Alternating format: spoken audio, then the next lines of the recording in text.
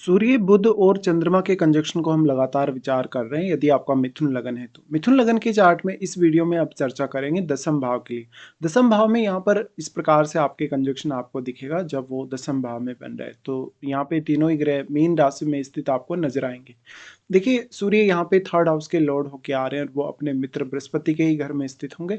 तो बृहस्पति की प्लेसमेंट अब आपके लिए हालांकि बहुत इंपॉर्टेंट हो जाएगी। साथ में यहाँ बुध नीच की स्थिति में आ गए, बट सूर्य के प्रभाव के कारण बुध के जो प्रभाव होंगे वो उतने ज़्यादा नेगेटिव नहीं होंगे। दूसरी तरफ जो बुध हैं यहाँ पर वो आपके फोर्थ लॉर्ड होने के साथ साथ आपके लग्नेश भी हैं। तो ऐसा जातक बहुत ज़्यादा कैरियर फोकस्ड नजर आ सकता है और यहाँ आप चंद्रमा का भी लाभ ले सकते हैं। हालांकि यहाँ ड्यूअल साइन में ये कंजक्शन बन रहा है तो कभी कभी थोड़ा मानसिक तनाव या एंग्जाइटी इश्यूज होने के चांसेस फिर भी हैं। देखिए सूर्य यहाँ पर जो इम्पैक्ट डाल रहे हैं, जो प्रभाव डाल रहे हैं, उस वजह से आपकी जो सामाजिक प्रतिष्ठा है, कैरियर है आपका, या जो आपका कहीं ना कहीं पिता के साथ रिलेशन है, आपके बॉस वगैरह के साथ आपका रिलेशन है, इवन मदर और जो पारिवारिक रिलेशन है आपके, वो बहुत ही ज़्यादा प्रभावित होंगे। अब आपको देखना होगा कि सूर्य यहाँ पे क्या बुध को अस्त कर रहे हैं या तो फिर चंद्रमा अस्त हो सकते हैं। अगर चंद्रमा अस्त होंगे यहाँ पे तो इस बात की संभावना फिर काफ़ी ज़्यादा है कि बुध भी अस्त हो सकते हैं। इस केस में जातक में जो नेतृत्व क्षमता है या कैरियर के प्रति उसका जो डोमिनेशन है, कैरियर के प्रति उसका जो फोकस है वो काफ़ी ज़्यादा रहने वाला है। ऐसा जातक हालांकि फिर भी अपने परिवार को बहुत ज़्यादा प्रायोरिटी देते हुए चलेगा। ऐसा जातक काफ़ी मल्टीटास्किंग एबिलिटी वाला हो सकता है, उसका कम्युनिकेशन बहुत ज़्यादा अच्छा हो सकता है, भले ही वो कुछ मामलों में कन्फ्यूज्ड अवश्य रहेगा। तो बृहस्पति की प्लेसमेंट सबसे पहले अब आपको अच्छी चाहिए। बृहस्पति की प्लेसमेंट या तो बहुत ज़्यादा अच्छी है या तो फिर हो सकता है बृहस्पति का प्रभाव भी यहाँ पे दसम भाव पे हो तो ये फिर और भी ज़्यादा अच्छा माना जा सकता है।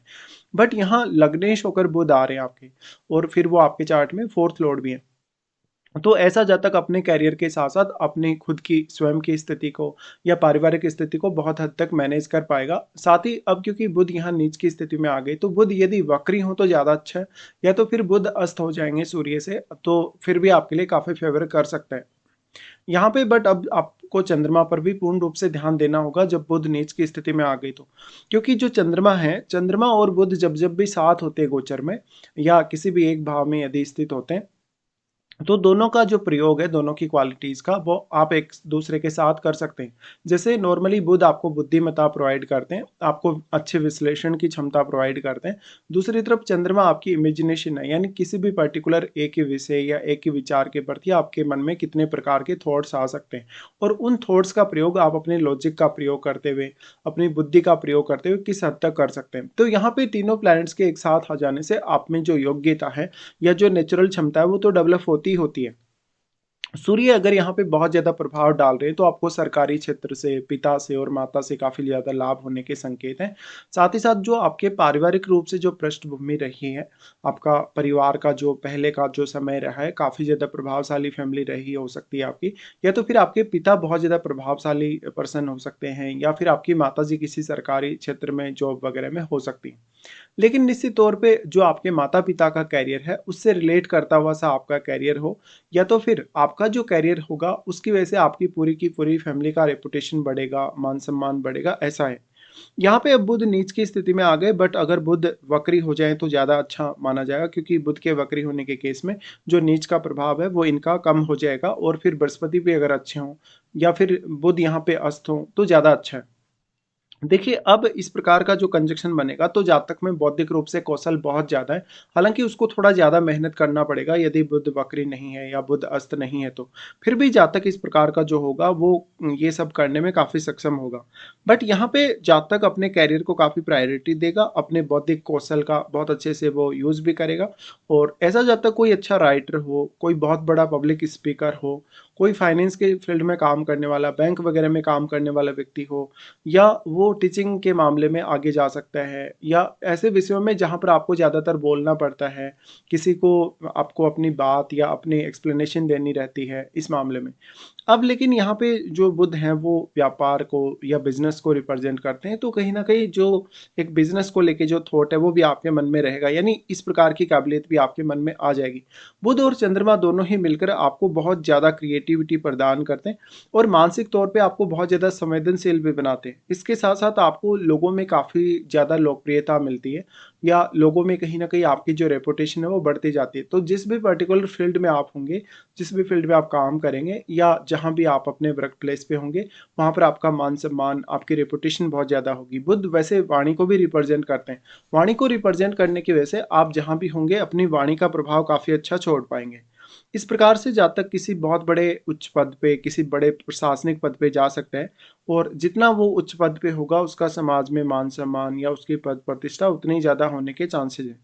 इस प्रकार का कंजंक्शन होने से जीवन में सफलता मिलने के चांसेस काफ़ी ज़्यादा इवन छोटी उम्र में ही जातक बहुत ज़्यादा सफल हो सकता है।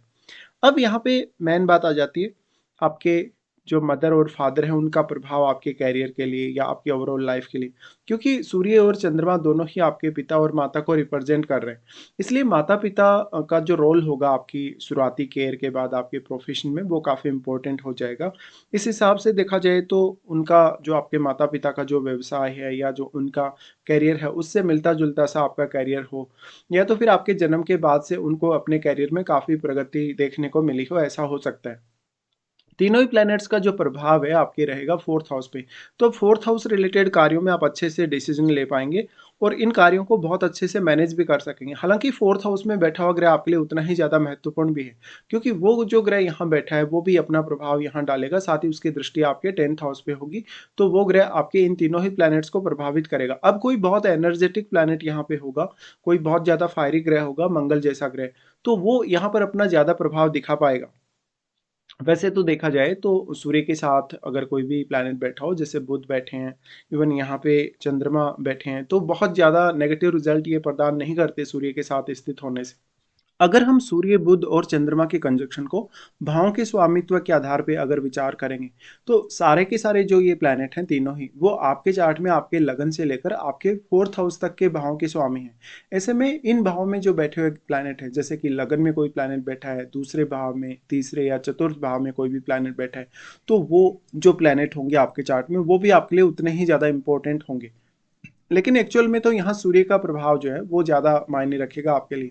सूर्य यहाँ आपके 3rd हाउस के लॉर्ड होके आ रहे हैं 10th हाउस में, तो सूर्य आपको काफ़ी मदद करेगा करियर में, जो कुछ भी आप पाना चाहते हैं, अचीव करना चाहते हैं या करियर की वजह से जो आप अपना एक प्रसिद्धि दिखाएँगे, अपना अपना एक प्रतिष्ठा को बनाएँगे, अपने मान-सम्मान को कहीं न कहीं ऊपर रखेंगे आप। निश्चित तौर पे इस प्रकार का कंजंक्शन आपको करियर रिलेटेड डिसीज़न लेने, करियर में अच्छी परफ़ॉर्मेंस करने के लिए बहुत ज़्यादा प्रेरित करेगा। इस प्रेरणा के साथ-साथ आप अपने करियर में बहुत ज़्यादा सफल हो सकते हैं। आप अपनी बाकी जो क्वालिटीज़ हैं, उनका बहुत बेहतर उपयोग यहाँ कर सकते हैं। इस कंजंक्शन के होते हुए पारिवारिक रूप से भी आप उतने ही ज़्यादा सुखी और समृद्ध हो सकते हैं, क्योंकि इनका प्रभाव आपके 4th हाउस पे है। अब अगर मान लो आपका कोई राहु केतु जैसा प्लैनेट 4th में बैठा हो, शनि जैसा प्लैनेट 4th में बैठा हो, तो कुछ हद तक दिक्कतें अवश्य फिर भी आ सकती हैं आपको घरेलू मामलों में। लेकिन फिर भी एक बहुत ही ज़्यादा करियर फ़ोकस्ड पर्सन आप नज़र आ सकते हैं। फिर बात आ जाती है आपका जो बाकी जो रिलेशन है, जैसे कि जीवन साथी के साथ आपका रिलेशन है, मैरिज वगैरह है या आपकी जो पब्लिक लाइफ है। तो यहाँ सूर्य, बुध और चंद्रमा के आने से हालाँकि आपकी पब्लिक लाइफ बहुत ज़्यादा बेहतर होगी और कभी-कभी ऐसा होगा कि आप अपनी मैरिड लाइफ को ज़्यादा समय नहीं दे पा रहे या जीवन साथी के साथ अपना जो समय है वो स्पेंड नहीं कर पा रहे। ऐसी स्थितियों का आपको सामना करना पड़ सकता है। बट एक किसी बहुत बड़े पद पे एक बहुत अच्छे बॉस आप बन सकते हैं। इस कंजंक्शन के होते हुए करियर के लिए बहुत सारे मल्टीपल ऑप्शंस भी आपके लिए खुलते हैं। अब इसमें आपको मैटर करेगा कि अब आपको इनमें से किसी की भी महादशा है या नहीं। अगर आपको सूर्य की महादशा हो, बुध या चंद्र की महादशा हो, तो ये सारे के सारे जो रिजल्ट अभी हमने जो डिस्कस किए वो आपके सामने काफ़ी ज़्यादा स्ट्रांगली आएँगे।